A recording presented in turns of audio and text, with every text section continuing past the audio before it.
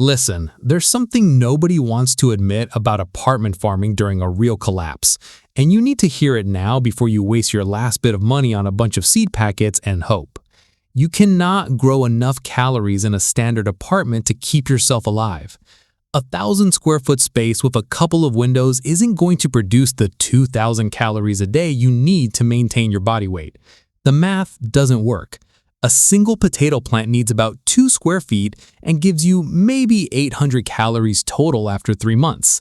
You'd need a football field of potatoes in constant rotation to feed yourself year-round, and you're working with a fire escape and a kitchen counter. But here's the truth that might actually save your life. You're not trying to replace the entire food system in your living room. You're trying to extend whatever food you have, fill the nutritional gaps that will kill you long before starvation does, and create a continuous source of vitamins, minerals, and supplemental calories that turn a 6-month food supply into a 9-month one. That's the real game, and it starts with completely rewiring how you think about what a plant is worth. The first mistake people make is buying tomato seeds. Tomatoes are gorgeous, they're emotionally satisfying, and they're almost worthless in a survival scenario. A tomato plant takes 60 to 80 days to produce fruit, needs significant light, requires about 5 gallons of soil, and gives you maybe 10 tomatoes that are 95% water. You just spent 3 months of prime growing time and valuable window space on something that delivers negligible calories and nutrients you could have gotten from a multivitamin. Now compare that to microgreens. Sunflower microgreens go from seed to harvest in 10 days. 10 days! You can grow them in an inch of soil in a cafeteria tray, harvest the shoots when they're 2 inches tall, and you've got something that's pound for pound more nutritious than the mature plant, packed with enzymes, vitamins, and enough protein to matter. Then you plant the next tray. You're not waiting for a harvest season, you're running a biological conveyor belt. The science here is about catching the plant at the moment of maximum nutrient density. When a seed germinates, it's packed with stored energy meant to launch that plant into the world. In those first few days, the cotyledons and early true leaves are concentrating minerals and vitamins at levels the mature plant will never match again. You're essentially stealing the plant's inheritance. Broccoli microgreens contain up to 50 times the sulforaphane of mature broccoli. Radish microgreens deliver vitamin C and a sharp, peppery flavor that makes bland, stored food tolerable. The setup is absurdly simple. Shallow trays, potting soil, seeds scattered dense, a spray bottle for water, and whatever light you can manage. In a 1-bedroom apartment, you could realistically have 30 trays in rotation, giving you a handful of fresh greens every single day. Picture this. It's week 6 of empty grocery stores. Your neighbor is choking down another can of 15-year-old kidney beans. You're eating something green that you harvested 20 minutes ago. The caloric difference is small. The psychological difference is massive. Sprouts take this concept even further because they don't need soil at all, and they don't need light. This is critical because light is your limiting factor in an apartment. Sprouts happen in the dark.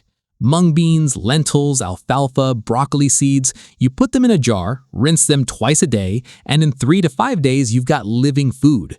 You're using 0 window space and producing enzymes, complete proteins in the case of legume sprouts, and living nutrients that don't degrade the way stored food does.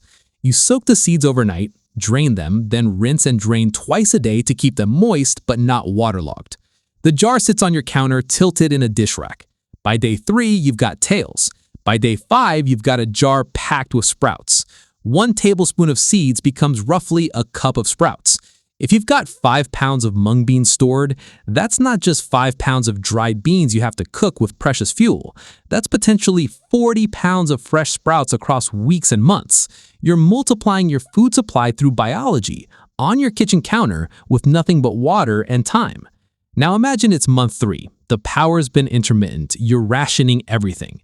But every single morning, you've got fresh sprouts. Every few days, you're harvesting microgreens.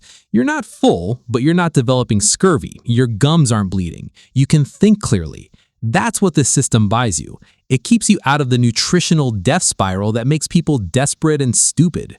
There's another crop that needs 0 light, grows on garbage, and delivers nutrients that stored food simply cannot provide. Mushrooms. specifically oyster mushrooms, and they'll grow on coffee grounds, shredded cardboard, even old cotton clothing if you sterilize it. You inoculate the substrate with spawn, keep it moist and warm in a dark closet, and in 2 weeks you're pulling flushes of mushrooms that provide B vitamins, protein, and umami flavor that transforms terrible food into something your brain recognizes as a meal. A single kit produces multiple pounds across several flushes. You can propagate more spawn from a mature mushroom, cloning it indefinitely. This is food from waste. A bathroom closet or cupboard under the sink becomes a protein factory while everyone else is watching their stockpile shrink. And here's where it starts to click. By month 4 or 5, your apartment isn't just a place where you're hiding and eating stored food. Your kitchen counter is lined with jars of sprouts in constant rotation. Wire shelving near the windows holds stacked trays of microgreens at different stages. Some just sprouted, some ready to harvest today, some you'll cut tomorrow. A closet is producing mushrooms. Every niche is working. You're no longer just surviving on stores, you're producing. These quick systems give you breathing room. But breathing room eventually runs out, and that's when the real constraints hit. Your realistic options for actual caloric staples and containers are brutally limited. Potatoes and beans. That's essentially it. Potatoes can grow in buckets, storage totes, even heavy-duty garbage bags with drainage holes. The technique is called tower growing. You put 6 inches of soil in the bottom of a tall container, plant a seed potato, and as the plant grows, you keep mounding soil around the stem. The plant produces new potatoes all along that buried stem. In a single 18-gallon coat, you might pull 5 to 8 pounds of potatoes after 90 to 120 days. That's 4,000 real calories, maybe more. The problem is time and space and light. You need your sunniest spot, ideally 6 hours of direct sun, which most apartments don't have. And this is where you make hard choices. Your best light goes to the calorie crops. Everything else works around them. Beans, especially compact bush varieties, give you protein and they mature faster, 50 to 60 days for a harvest. But they also have a hidden superpower that matters more the longer this goes on. They fix nitrogen. Their roots host bacteria that pull nitrogen from the air and convert it into a form plants can use.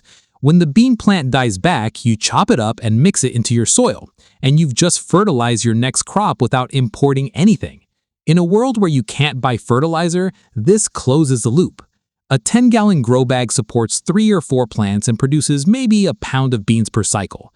Not a lot, but it's complete protein, it's storable, and if you let some pods dry on the plant, you've got seeds for the next generation. You're multiplying your food supply through biology, on your kitchen counter, with nothing but water and time. It's insects. Mealworms, crickets, and black soldier fly larvae eat your scraps, vegetable waste, grains, even cardboard, and convert it into biomass that's 60% protein by dry weight. A mealworm farm fits in a plastic drawer system in your closet. You keep them on a bedding of oats or bran, give them scraps of carrot or potato for moisture, and they reproduce continuously. The larvae pupate into beetles, the beetles lay eggs, the eggs hatch into new larvae. You harvest the larvae, freeze or cook them, and you've got protein. The taste is nutty and mild. You can grind them into flour and bake with it. The psychological barrier is absolutely real, but here's what you need to understand. A single drawer of mealworms produces more usable protein per week than an entire windowsill of bean plants. Crickets are ready to harvest in 6 weeks and breed even faster if kept warm. Black soldier fly larvae will consume nearly anything organic, including meat scraps and waste that would otherwise rot and attract rats. Sit with that discomfort now. Decide now whether you're the kind of person who can do this, because discovering your limits during an actual crisis is how people fail. Your body doesn't care about your cultural preferences. It cares about essential amino acids, and mealworms provide them in a smaller footprint than any other system you can run in an apartment. Now, all of this, microgreens, sprouts, mushrooms, potatoes, beans, insects, depends on resources you cannot replace once they're gone. The entire system has to become regenerative or it dies with you. Red wigglerworms in a plastic tote will eat every scrap of plant waste, turning it into castings that are the richest fertilizer on Earth. The worms themselves are edible, 70% protein, and by the time you're hungry enough, that stops sounding like a deal breaker. When your lettuce bolts and flowers, you let it set seed. One plant gives you thousands. Every generation you grow, you're selecting plants that perform best in your specific low-light conditions, accidentally breeding an apartment-adapted strain. You maximize the light you have with reflective surfaces, aluminum foil, emergency blankets bouncing every photon back onto your crops. The potatoes and beans get the premium south-facing window. Shade-tolerant greens adapt to the rest, or they don't make the cut. You're cycling resources in a closed loop where nothing leaves the apartment and nothing is wasted. This is the difference between a 6-week operation and a 6-year one. The psychological component matters more than the calories. Growing food in an apartment during a collapse is slow, tedious, and heartbreaking. Plants die, seeds fail. Your best potato plant gets aphids and collapses overnight. You're spending hours every day watering, trimming, composting, harvesting, and the return is a handful of greens and a few beans. It doesn't feel like enough because it isn't enough. But the value isn't just nutritional. It's the difference between sitting in a dark apartment, passively rationing cans and wondering when it ends, versus working on your survival every single day. You're no longer just surviving on stores, you're actively producing. The plants are proof that life continues, that growth is still possible. You eat a salad you grew from seed on a day when the streets are empty and everything is broken, and it tells you that you're still capable, that you haven't given up. The psychological shift is everything. And you can't do this alone, not for long. Apartment farming in a real collapse works best when an entire building coordinates. One unit focuses on sprouts and microgreens because they've got counter space. Another has the best south-facing window and runs the potato operation. Someone else manages the communal worm bins and mushroom cultivation. You're trading harvests, sharing seeds, pooling knowledge. The guy on the 5th floor with a balcony is collecting rainwater and tarps for everyone. The retired teacher who used to garden is running seed-saving workshops in the stairwell. You create interdependence. Your apartment farm isn't just feeding you, it's binding you to the people around you in a network of reciprocal survival. And that network is what actually keeps you alive when everything else is gone. Here's the final thing, the reframe that makes all of this make sense. You're not trying to live off your apartment farm indefinitely. You're not replacing industrial agriculture with some jars and a bucket of potatoes. You're buying time.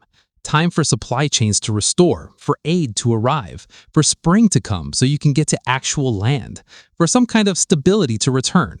The apartment is a lifeboat, not a homestead. Every week you can extend your stored food by supplementing with greens, sprouts, mushrooms, and protein you're producing is another week you don't have to go outside into whatever is happening out there. It's another week your family is getting vitamin C and fresh food. It's another week you're not desperate. And desperation is what gets people killed. Desperation makes you trust the wrong person, take the wrong risk, walk into a dangerous situation because you have no other choice. The apartment farm keeps you functional, nourished enough to think clearly, to make good decisions, to wait for the right opportunity instead of being forced into a bad one. So start now. Get the seeds, the soil, the spawn. Practice while the stakes are still low, because when the trucks stop and the shelves empty, you won't be learning, you'll be executing. Your apartment can't replace the food system, but it can be the margin between making it and not. And in a world where supply chains break and stay broken, margins are the difference between who survives and who doesn't.